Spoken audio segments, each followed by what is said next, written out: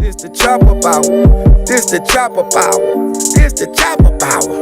This the chopper power. This the chopper power. This the chopper power. This the chopper power. This the chopper power. Yo,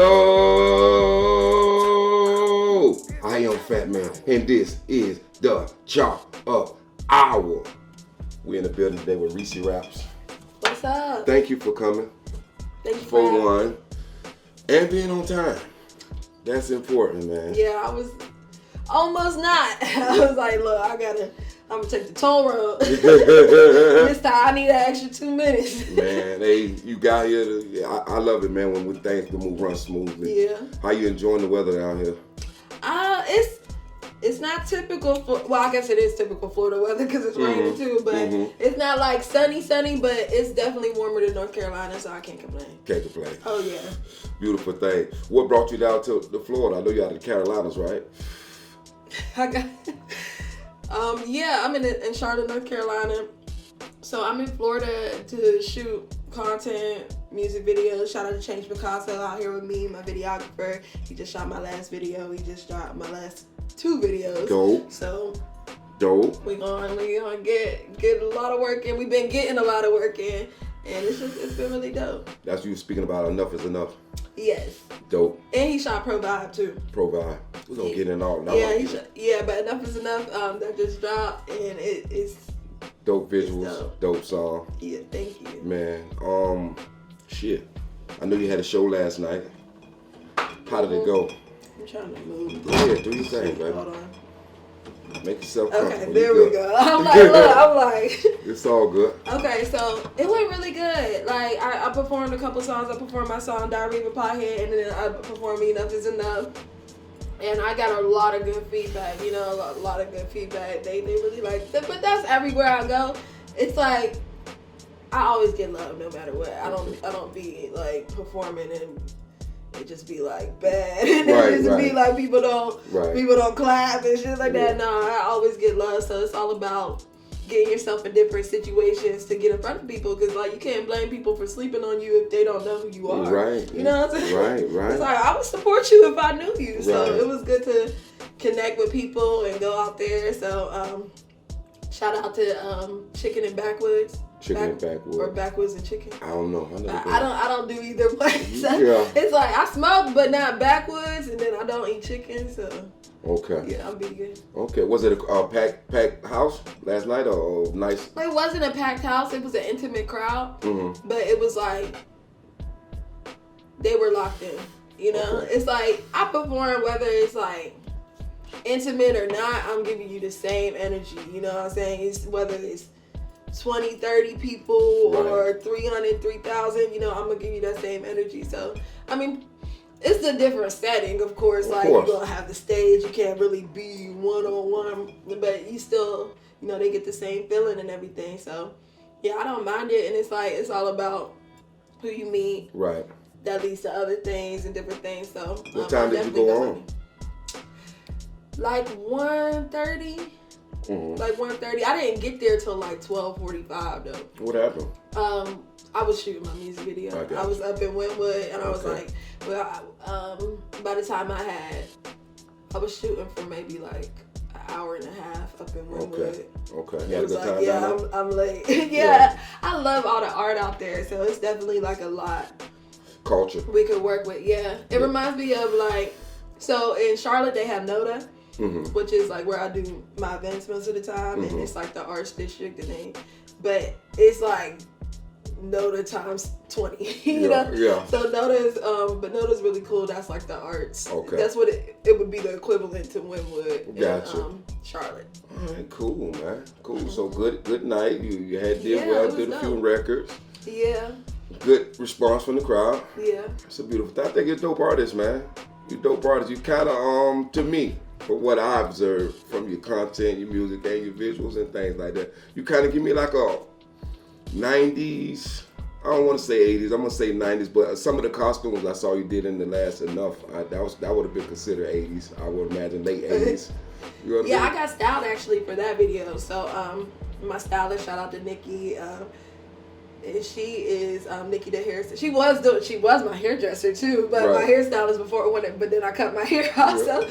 But I'm glad I can still work with her in other capacities because she's a real creative. So that was like, it was cool for me to actually get styled for that and just take that off of me. It was like, all right, this is what I'm looking for. I want streetwear. I want this is the vibes. Here's the song. You know, she was able to, you know, capture that essence. So it was like that video was just like a whole lot of collaboration coming together from the videographer or cinematographer, should I say, you know, Change Picasso, to all the people that were involved and helped really bring it together. Shout out to Tasha. She came in and she was like, yeah, I'm down, and I got this airsoft gun. I'm gonna be like, yo, I'm gonna pull out, and it was I just had an idea. I was like, yo, I wanna I had a reality that all my exes owe me money.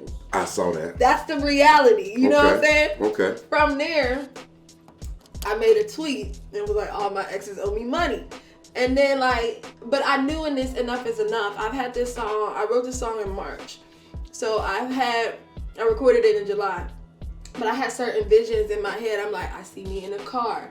I see me robbing something. And it's like, but I don't believe in just robbing people, you know what I'm saying? So I'm like, how am I going to stay with what I believe in and also show this out? I see myself in a car robbing something, and I see myself with a group of people, you know, and it's like, it was more people than just me, because all my videos it's been just me. From my first one, it was for me in a band, like some Outkast, hey y'all, and then it's just always been me, because I'm like, I don't want to depend on people. I just want to do it. I just want to have it done. I don't want to be but there's pros to that, and then it's like, the con is I never knew that I could even say something and a lot of people would be interested in everything like that. So but then it made for such a much better production when people got interested. So I'm like, all right, I made the tweet like all my exes, and then I was thinking like a couple weeks later, I'm like, my exes owe me money. I could rob them and then get all the scenes that I seen in my head for this song, but also what I believe in, taking back what's yours. You know, it's not like I'm just robbing people, you know? So, but then when I put something out, I was like, all right, I want this scene. And then I had the locations in mind. I'm like, look, I see this store or this, my friend's house. I'm like, yo, your house would be perfect for these scenes. It's like, it's not like super new. It's like, it gives that feel. And that's what I just wanted, was that feel. So it was like, I had the locations change, came out. And everybody just came through, and really shout out to Kia Diva, my other Robert friend. I called her the day of, like, yo, I had the ski mask, and I was like, it would be dope if I had three, if there was three of us rather than just two, because it was just gonna be me and Tasha. So I was like, so I asked her, and she was like, yeah, I'm down. And then it just really worked out. The people that were willing to get robbed, shout out to Keanu Reese, is a dope artist. And these are all artists too. These people that played in the video, the main roles. You worked with them before on music? Not on music, but I've worked with them in the scene, and then a lot of them have performed at my events. I do events in Charlotte. So Tasha, she recently moved to Charlotte, and she performed at my dope event I did back in July. And so and she knew about it through she was playing bass for somebody else that performed earlier in the year. So it's like it's a community. And I just know a lot of people in the community, especially in the artist community in Charlotte. And it's a lot of talent. I'm sure. So, and Kia, she's a producer and she makes music, and I've known Kia since I moved. Pretty much since I moved to Charlotte and just on the scene and stuff like that. We need to work. I'm actually, once I get back home, like, yeah, we do need to get a session. And it's a lot I don't do a lot of collaborating, you know? I got you. But then I feel like now it's like the era of collaboration, and that's what's going to go to the next level when you start working with people and utilizing the resources. About it. You're able to actually get their fan base as well to add on to what you got going on. Right. Yeah, then everybody can share it and everything. And also the other boyfriend, Robert, Joey Carmels, Carmels. You'll never know how to say Carmels, right? Yeah. But he's a dope artist as well. So just people I know from the scene. So it was really cool. And then the Rennie Mart that is like in Noda, that area I was telling you about. That art. It's basically Noda is a street, North Davison Street, Noda. So if we were able to do it there, and that's a Black woman owned.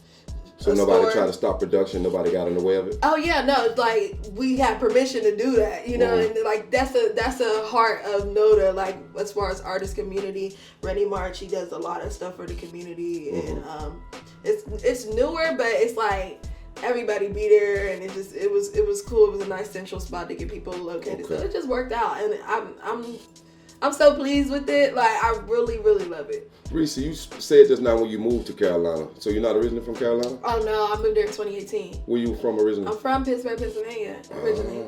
Yeah, I'm from Pittsburgh, Pennsylvania. I lived there until I was like in 7th grade. Okay. And I lived like all over Pittsburgh, you know. And then my family, my grandma still, my last grandparents still in Pittsburgh. Okay. You know, my cousins, my first cousins, my aunts, uncles, you know. Right. We moved to California when I was in 7th grade, my immediate family. What part of California? Temecula, California. So it's in San Diego County. It's literally a valley. It was like brand new. This was 2007, so it was like brand new, like city. Like you looked it up on Google Maps, it wasn't even, the houses wasn't even on there yet. That's how new it was at the time.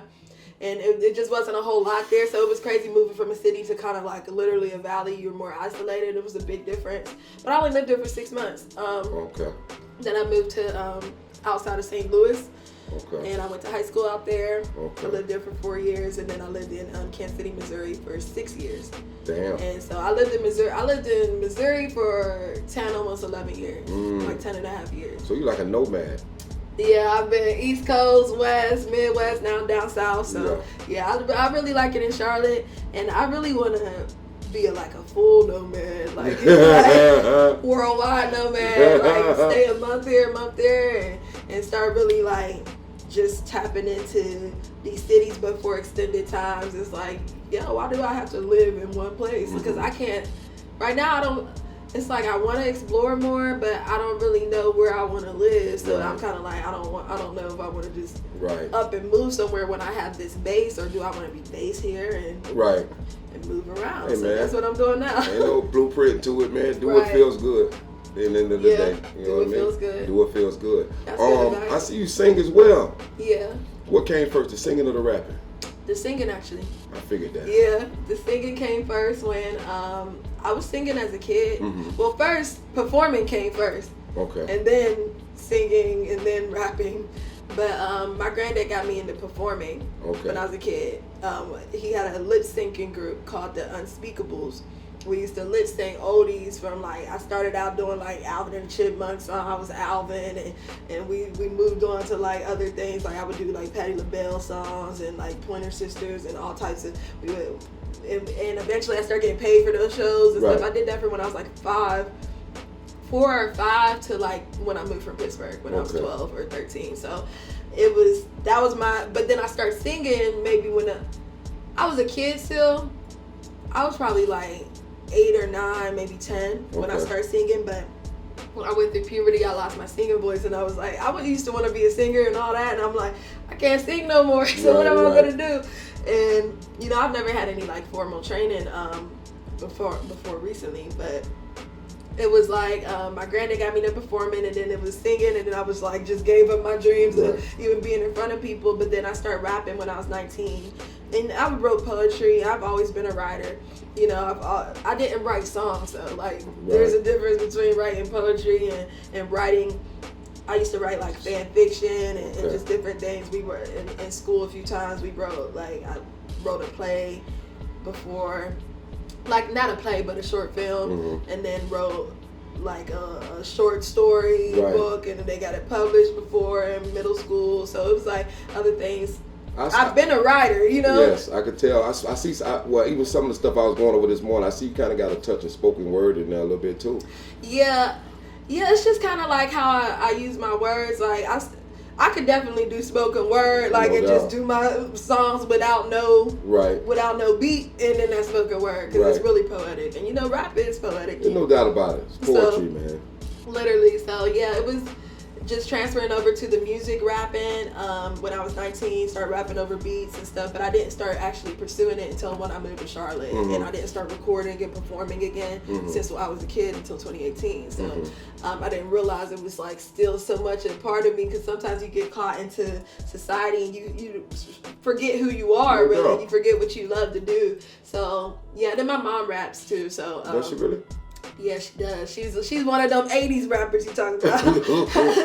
So yeah, and freestyling back in the day, you know, she used to be in rap groups and write rhymes and all that. Yeah, and she still be writing to this day. We gonna get the song together. I was gonna ask you, did y'all we have to. I'm like, we got to. She's like, every time I try to bring you something, you be like, I'm like, no, we need to sit down and work on it together, because you gonna go. She's different. She could definitely write. She could definitely rap, but she come from a different era of hip hop. So she come from the original era of hip hop. Right. So yeah. Damn. That would bring me to my next question. So, did she introduce you to rap?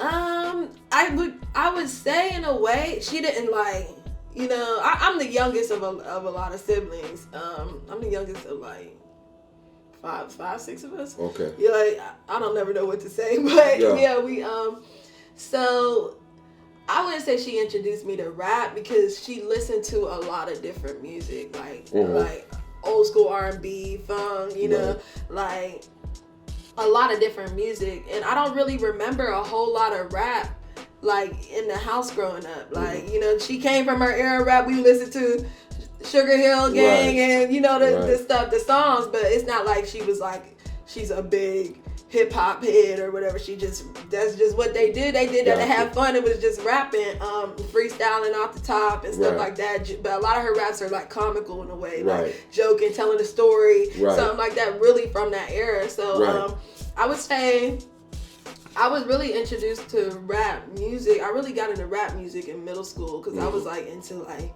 R&B and other things. And you know, my first album I remember was an Aaliyah CD that I got when right before she died. It was the last one she dropped. Right. And I was like 5 or 6. I was probably like 6. Right. I really loved Aaliyah. Like, I remember that being my first. And I don't know why I never remember to talk about that. I've never talked about that, like said that publicly. I like Aaliyah too.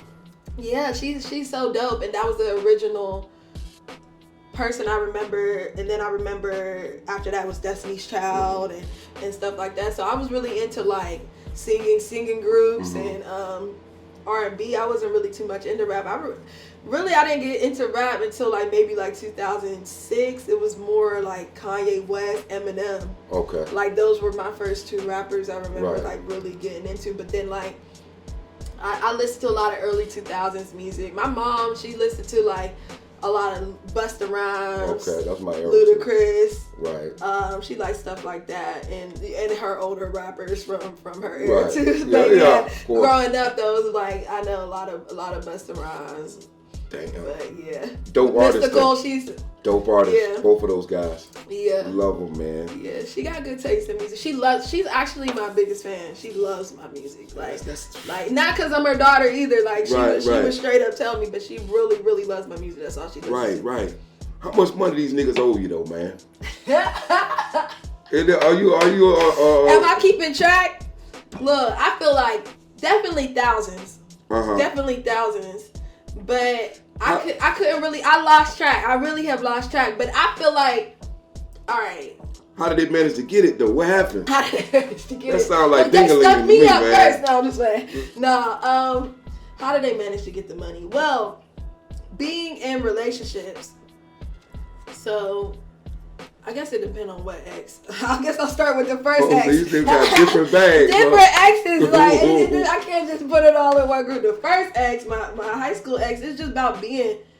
I was always somebody that my 16th birthday, I applied to like 20 jobs on my birthday. I wanted to get a job before that, but I didn't really get one. I was selling suckers and stuff and airheads, you know. I was spending my allowance on that and coming back, and I was like, look, I turned this $8 into $22. That would have all quarters, but it like stuff like that. So I always liked having my own, especially being the youngest out. It's not that my parents were like bad off to do, but it's like they literally got like 5 other kids and stuff like that, you know. So it's like I I feel like they couldn't really afford what I liked and different things that I wanted. So it's like I always was just like working. So my first ex was very spoiled, like a spoiled type, and just spoiled, you know, and it would be like, but then not having stuff and like, oh, I'm gonna pay you back and different things. Really saying that they're gonna pay me back. That's why they owe me it. Like, I wasn't gotta just turn that off a bit. I'm sorry. Keep talking. I'm listening. I wasn't just handing people money and stuff, like making it rain on my exes, but like just really like going places and I'm gonna pay you back. Really can't remember about the first one, but I know it's definitely because he didn't have no ambition or drive, and I was just like, you know, I've always like had something, you know what I'm saying, like because you know you gotta go get it. My second one was like my last relationship, and the third one I really don't count as a real ex, but that's the one that finally like sparked the whole thing to me think about, damn, all of y'all owe me money, like, because I didn't really like sit there and think about it. But my last ex I was with for 4 years in Kansas City. We lived together. I moved out in Kansas City, moved in with him, or we moved in together, and you know we was both struggling at first, and then we got a insurance sales job, you know, and so we were both doing good, and then making a lot, and then he got fired. Right. So that whole last year, he didn't want to get another job because he didn't want to make less than what he was making before. So that whole last year, I'm paying all the bills.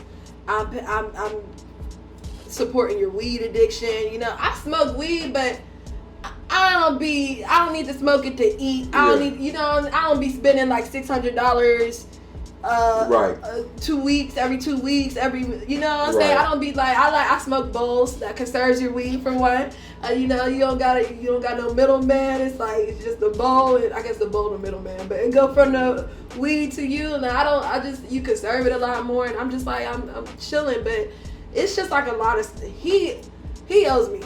He owes me money, for sure. Like, and I'll say, I can definitely, we invested in crypto underneath my stuff, and I can't even get that stuff back. Like, I don't even have the passwords to, like, and that's part of that's my fault for not taking control of what my money's going into. But like, I spent like a couple months before I left, I spent like $5,000 on crypto that he'd invest. Like, it's money. He owes me a good, he might have been the one that she talking about $10K. I'm like, yo, how'd she know that? Like, I wasn't scripted, but he owes me quite a bit. And then the last one is like, this is like something that I don't even know how this happened. I don't even consider this one like my ex, but technically we were together. But he definitely owes me money. It was one of them things like, I probably would have, like, look, I'm not gonna fall for this no more. But you live and you learn, you know what I'm saying? But like, look, I'll flip this money if you get this nigga ain't flip shit. He ain't flip shit. He fumbled the whole bag. And then it got to a point where it's like, all right, we weren't really even together for like but a month, but he was living with me. But he was living in but it's like, you owe me rent for these months. It was like for the point where he was supposed to move out, or he was supposed to give me rent or whatever. And I went to Pittsburgh, like, this is like what, bringing in 2020, right before COVID. Okay. And I come back from Pittsburgh, this nigga gone, but he took some of my shit with him. I was like, what the fuck? He took my phone. He took my old phone that he was using and got fixed up. He took like these chargers, because we were supposed to charge, you know, you could charge the scooters, every hustle on his, I paid for that. He took like mad shit, plus he didn't pay me the rent he was supposed to give me. And I was like, but then he be called, that's the worst part. It's like, it's cool, all right, y'all owe me money, water under the bridge, I already let it go. But this dude be calling me and like, I miss you. I was like, bro, you owe me money. Like, you don't have that luxury to miss me. Like, what are you talking about? Every time I'm like, bro, you owe me money, cash at me, then we can have a conversation. Because now he's like, my life is doing much better now, you know, I'm doing this and that, and like, he done came up and send me the bag. Right. I'm like, look, I don't, like, I get it, you were in a tough point in life, you know, I was there, whatever. But me personally, when I get in a better position, I would throw them something, like, here's $1,000, just even though you owe me way more than that, it's like, throw them something. Yeah, like, don't, and especially you trying to call them, like, that's the worst part. It's like, it's one thing to owe me money. It's another thing to try to get back into my life while you owe me money. Either way, you're not getting back into my life. But it was like, at least show some shoot gratitude, me a cash app or something. Like, so that's the last one that. But then he was like wanting me to do stuff, and I'm like, I'm not doing anything until you pay me. Like, you know what I'm saying? Like. And you learned though, right? You learned. I sent him the video though. He didn't reply. He didn't? Oh, when he see this, he go like, man, what the fuck wrong with that bro, man? Hey, I want to ask you about Diary of a Pothead project. Is that an EP or album? It's the EP, but it's listed as an album on the streamings. I don't know if I. How many tracks on it? 7, 8? It's 7. 7. So it's an EP. It's a longer EP. If you think an EP, it's an EP. I think it's dope. You think it's dope? I think it's dope. DOAP, dope. There it is. Yeah. You know what I mean? Came right off full circle. Man, damn, I think he's such a talented artist, man. And then you got a great personality. Thank you. You know what I mean? And this was a pretty easy interview, man, 'cause you like to talk, man, and you kind of open up about your life, and that's so cool. Let's talk about this project. I want to talk about Enough Is Enough. We're talking about now, right? Oh, okay. How did that album come about? This gonna be a single? Well, it's not the album. That's the single. Okay, single. Okay. Okay. Go ahead. You Go first. ahead. What's your question? My question was, how did it come about? I know you said about the guys taking money. Enough is enough. You was tired of that. Oh well, yeah. That's just how the video came about. The actual song, it just came. You know, and back in March. So I have another project I've been working on for a little longer called Queen of Hearts, and I have some songs from there in 2020, like around the time I made Pro Vibe, and like 2022 and earlier, like this year and stuff like that, which is more about my relationship project. So that's what's gonna be the next project I release. But I got to thinking, it's like I don't have no projects. I rap on hip hop beats, like for like freestyles or like something like that I'll post up, but I don't really have no songs with no straight hip hop beats. Okay. And I really love Jay Dilla's beats. Like they bring different things out of me and like than other hip hop beats, and I'm like, just Jay Dilla is really. Did he do Enough Is Enough? Jay Dilla. Jay Dilla is a late producer, legendary producer. He's doing all the projects. Well, the music is out there, and all the songs are on Jay Dilla beats.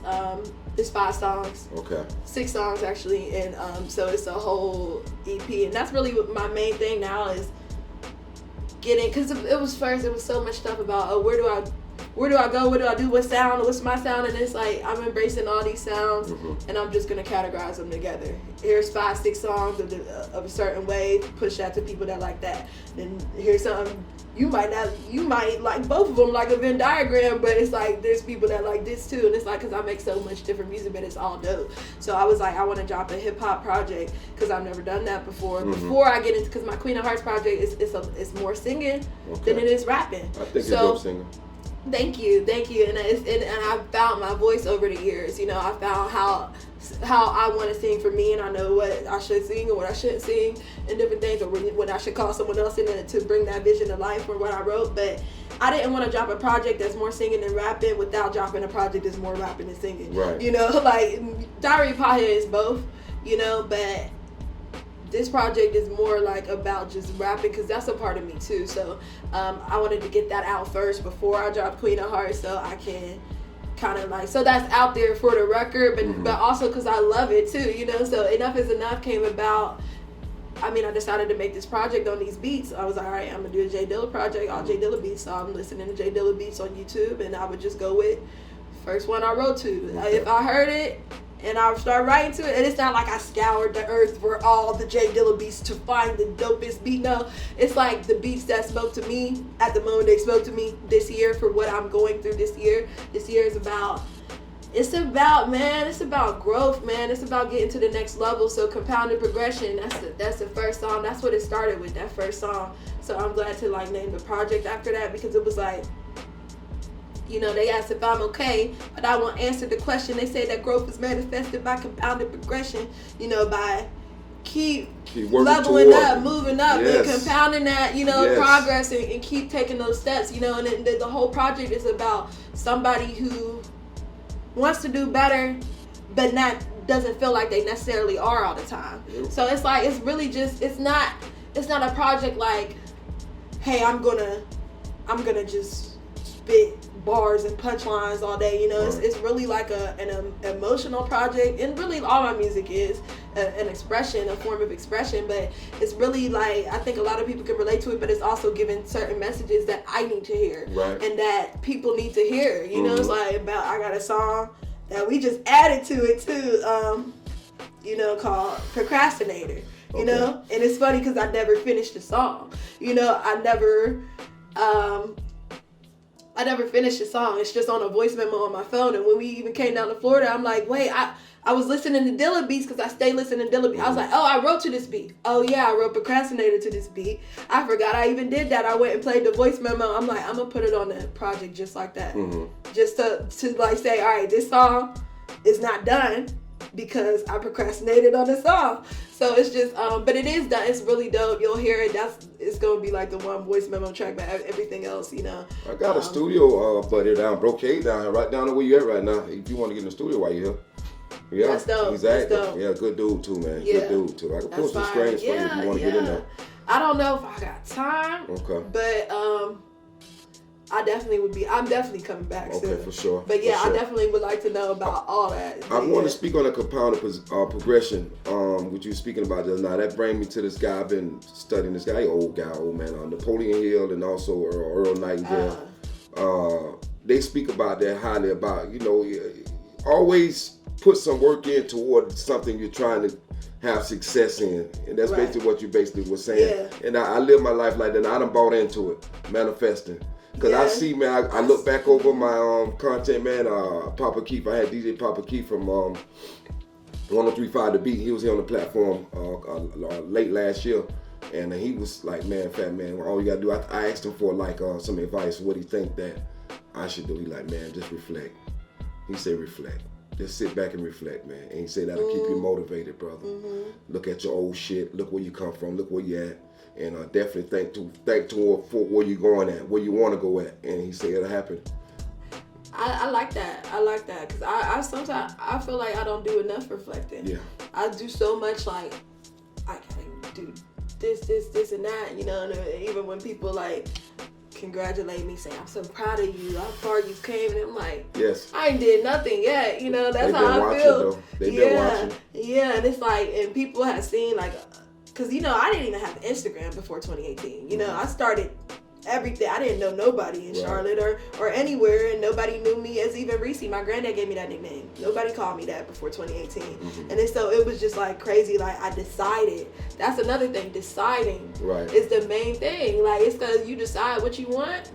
You get that. That's a part of manifesting. It's like I manifested things, but only when I was specific, and I knew exactly what I wanted, and I knew exactly what to work towards. So it's just, yeah, that's real. But sitting back and reflecting, it gives you more clarity, you know, on where you need to go. Yeah, it does. And looking at your notes. I have some notes. Always write it down. Voice memos. Like, but write it down, but go back and read it too, you know? Better like, believe it. Go back and listen it's to that. It's in my wallet right now. I wrote down everything in my wallet and I look at it every night before I go to sleep. I go look at it in the morning and I look at it at night before I go to bed. So I go to sleep thinking about. So it's in the forefront. Yes. It's in the forefront and the back of your mind. I love your energy, man. Thank you. You got this energy that's just almost infectious, man. Thank you. I mean, I ain't no big wordplay guy, man, but I've been reading a lot lately. No, infectious was a perfect word for that. It is. You connected to something, REECEE, man. And I noticed. I take notice to that. You know what I mean? Just keep working hard, man. Keep doing what you're doing. The Queen of what is it? The Queen of what? Queen of Hearts. Is that gonna be an album or EP? EP. It's going to be EP as well. When you dropping that? I'm dropping that in February 14th. So I'm dropping back to back at the top of the year. All the records are ready on that project? Yeah, so Queen of Hearts, I'm putting some finishing touches on it. But yeah, I'm dropping. I was actually supported by ASC Charlotte, Arts and Science Council of Charlotte for the rollout for that project. So they awarded me a grant for that. And, you know, I've been getting support from multiple sides of the city and also like the corporate side too. So that was really cool. So yeah, that's dropping. And then I'm like in this point because I done Diary of Pie was supposed to drop 420 and then drop till July on a whim, and it's like it's about. But now I'm like, yo, I just want to keep my word to people, and I want to like put the stuff out. I'm tired of hoarding music and being like, I listen to my unreleased music more than anything else, but it's like everybody should be able to enjoy it, so I can move on to other things, you know, put it out so I can move on to other things, because my music live forever. It's timeless. But Queen of Hearts is, man, that project gonna be really dope. But that's gonna be on all major platforms. The Jay Dilla project, you know, fair use, copyright. It's only gonna be on YouTube, SoundCloud, Audio Mac. But that's why I'm shooting videos for everything. Gotcha. So it's gonna be like very visual for everything. But every project, either a visualizer or a video, it's gonna be 6 songs. You know, that's what we've been shooting. The rest of them, I already dropped 2 videos. I dropped one I shot in New York, Cookie Crumbles, and then in November, and then I just dropped Enough Is Enough, December. So, and then at the top of the year, I'm gonna drop the visualizers with the project. So.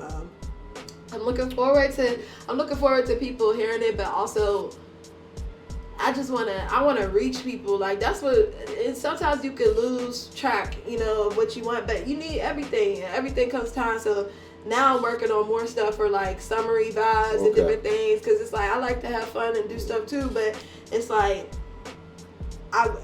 for a while, because I haven't been dropping projects, it's been like you want to drop a single sounding, and I feel like I haven't been balancing that as much as I could, like, because I have my project, but then singles and stuff I'm dropping, whether like All Nighters or Ice Cream or Provide, they really don't get down to like the nitty gritty, and I feel like people need to hear that, you know. Sometimes people need to hear all the other stuff too, but it's like being a multifaceted artist or a well-rounded artist, I can't just give people one side of me, because if they're drawn in, they need to hear all these different sides. So I'm about like putting these projects together, 5-6 song EPs, and putting them out, you know, until it comes time to really create an album. And I would like, and when I create an album, I want it to be like, okay, I'm doing this for my album. This is the theme of my album. Like, this is the album. So it's like, until then, I'm doing EPs. I'm not working on an album right now. Because I'm really just like exploring, and I feel like I just want to get music and visuals out. Like, I just want to, but I also don't want to just drop singles, because I feel like that kind of, I want to get the music out, and I like projects, and especially if it's like concise, you can get like, if you listen to the dope EP, so like that project I love to this day, you know, and it brings you through everything, and it's just really like, it's a vibe. It sounds like a diary. It sounds like what it is, you know, and then so I'm excited, because I'm very confident in my ability to make dope music, my ability to perform. I'm excited for more live band performances. And, you like live bands? Yeah. I've been performing with bands since 2019, so that's another thing, getting more content out of that, me performing with bands again and doing all of that. So it's really cool. I'm excited. Like, I'm excited to really it's just about, I've been doing a lot. It's just, I always don't capture it. You know, it's about capturing what you do and everything like that. I travel a lot. I do a lot of things. I move around a lot. We get into some shit. Like, but it's about capturing it and actually putting it out there and allowing yourself to help other people through your story. So it's just about implementing, you know, and stop talking about it. You're moving in a great direction. You know, that's the reason we got 95% of the people live paycheck to paycheck in the world, right? 95%, is only 5% of people with the wealth, right? Right. And I want to consider myself one of the 5%. At least I'm working towards that. Right. You understand what I'm saying? Yeah. So the things that you're explaining right now basically simplify what you're saying. You continue to work and continue to create. My next question was also, so what are you going to drop projects every 3 months, every quarter? That's what it's looking like. That's what it's looking like. That's what it's looking like. That is a good game plan. Yeah. You know what I mean? Because most guys gravitate to the singles now. Like you just said, you don't really like doing the singles, but a lot of people doing singles right now. Right, and that's what, and it's kind of like, it's hard to say I drop a single every quarter. You know, that's only 4 songs. But if I drop EP. 4-5 song EPs, that's 20 songs, you know, and then it's like, then my catalog just doubled, you know, it's like, then I'm able to do other things, and it's like you're feeding your fan base. I feel like my music is timeless, but even I get tired of listening to the same thing over and over again. I listen to the same things over and over, but for that period of time, and then there's new things. So I feel like we get so caught up in gaining new people that we're not feeding these people that are already with us and waiting for more and want to hear more. So it's like, I'm just done hoarding, because I've been hoarding some dope music, and it's like I'm just like I want to get it out to people, and I think that's gonna be the difference. I don't have to follow any blueprint, you know, like you were saying earlier. It's like I don't have to follow what y'all are doing, because I'm not in the industry. Exactly. I'm in the industry, but I'm not in the industry like that. You know, I'm independent, so act like it. You know, do what you want to do and get the content out, and it's really about content. But I feel like you can make a lot of stuff to the same songs too. You want to push the same music too, but it's a balance to it. But I do want to. I want to get at least 4 projects out this year. You will. Yeah. You will. Yeah. Shit, man. Or next year, should I say? Or next year. Yeah, because I haven't dropped a project since 2019. So. Okay. Yeah. Enough is back in 2019. Enough is enough. Enough is enough dropped yesterday or day before yesterday. Okay. That's a single. But you're in a full body of work, basically. I haven't dropped an EP since the Diary of a Pothead EP. Oh wow. So yeah, I've been just dropping singles. Yeah. Oh. Yeah, I dropped it in July 2019, so I didn't drop in 2020. I only dropped 1 song, All Nighters, and you know I'm still moving and doing like regardless. Even though I'm not dropping a lot, I'm still performing, still doing a lot of stuff. Yeah. But 2021, I dropped Pro Vibe. I think that's the only song I dropped in 2021 too. Oh, and then I dropped Ice Cream first day of 2022. And I dropped some songs in between that, but I just put them up there. It was songs I was hoarding. I dropped Dream, which I was hoarding, Like Me. Visuals also for all these records? Not for those. I made my own cover art. I was just like, I'm tired. I don't want to go into the new year with these songs, so I just dropped them. I dropped Water, I dropped Water. I really love this. I love all my music, but so I dropped those 3, but those I didn't really actually like drop those like I dropped All Nighters and really Pro Vibe. I shot a video too. I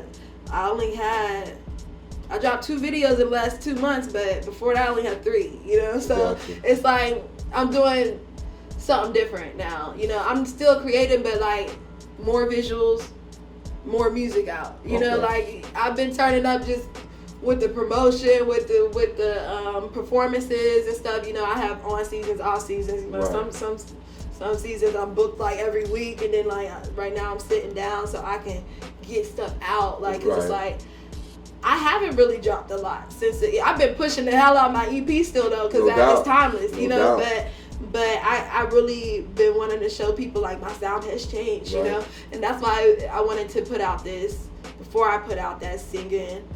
Or more singing on Queen of Hearts. Before I put that out, I wanted to put out this, because it's like people don't even you can't blame people for not knowing how dope I am if I'm not showing them. You know what I'm saying? I know how dope I am. I know I can write, I can freestyle off the top. Certain modes I'm in freestyling off the top, and I'm like, yo, I'm really going in. I just don't capture that, you know, or I do capture it. I got videos on videos, but it's about posting it and putting it together in a package. So it's like people know I'm dope when they see me. They know I'm dope when I perform. They know I'm dope when they go listen, but they might not just know it just off the top. People probably follow me, don't even know how dope I am. You high energy, until you show them. Yeah, you high energy, man. I was watching your performance on the stage. You had the black leather shorts on. Oh, okay, yeah, you was giving them the business, man. Yeah, the acapella, the acapella, man. It was dope, man. Yeah. I want to ask you before I let you get out of here, man. Would you do a record for me?